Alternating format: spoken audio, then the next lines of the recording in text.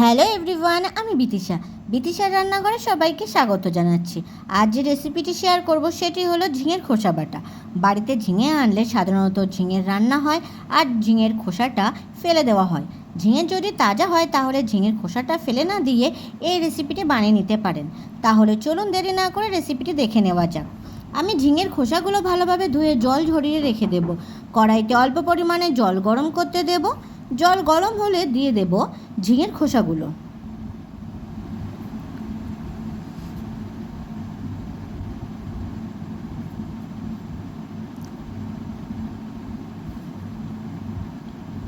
অল্প পরিমাণে লবণ দেব। লবণ ভালোভাবে মিশিয়ে নেব। এবার ঢাকা দিয়ে সিদ্ধ হতে দেব।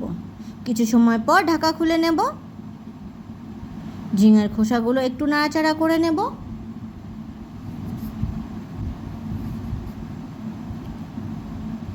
কিছু সময় পর দেখে নেব সিদ্ধ হয়েছে কিনা। সেদ্ধ হয়েছে, এবার নামিয়ে জল ঝরিয়ে নেব। জল ঝরানোর পর ঠান্ডা করে নেব। মিক্সিং জারে ঝিঙের খোসাগুলো দিয়ে দেব।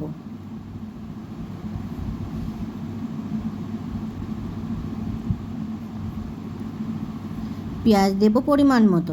আমি মাঝারি সাইজের 2টি পেঁয়াজ দিয়েছি।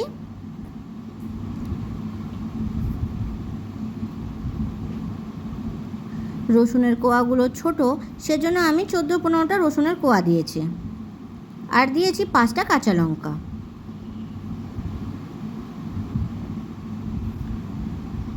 পেস্ট বানিয়ে নেব। মিহি পেস্ট বানিয়ে নিতে হবে। কড়াইতে পরিমাণ মতো তেল গরম করতে দেব। তেল গরম হলে দেব কালো জিরে ও শুকনো লঙ্কা ফোড়ন। আমি 3টে শুকনো লঙ্কা অর্ধেক করে কেটে দিয়েছি। ফোড়ন ভাজা হলে যে পেস্টটা বানিয়েছি সেটি দিয়ে দেব। ভালোভাবে তেলের সাথে পেস্টটি মিশিয়ে নেব।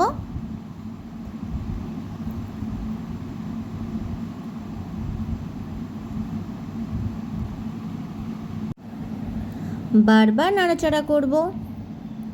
কিছু সময় ভাজার পর দেব পরিমাণ মতো লবণ ও পরিমাণ মতো হলুদ। লবণ হলুদ ভালোভাবে মিশিয়ে নেব। আপনারা চাইলে চিনি দিতে পারেন, আমি কিন্তু চিনি দেইনি।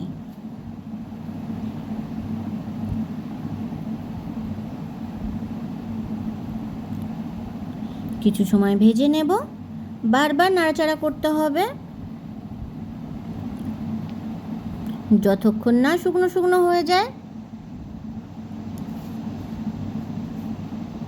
নাড়াচাড়া করতে করতে দেখুন কড়াই থেকে ছেড়ে এসেছে, তার মানে খোসাটা কিন্তু তৈরি হয়ে গেছে আমাদের ঝিঙের খোসা বাটা। গরম গরম ভাতের সাথে পরিবেশন করুন ঝিঙের খোসা বাটা। ভিডিওটি কেমন হয়েছে অবশ্যই কমেন্ট করে জানাবেন। আর যদি ভিডিওটি আপনাদের ভালো লেগে থাকে তাহলে চ্যানেলটিকে সাবস্ক্রাইব করতে একদম ভুলবেন না। ধন্যবাদ।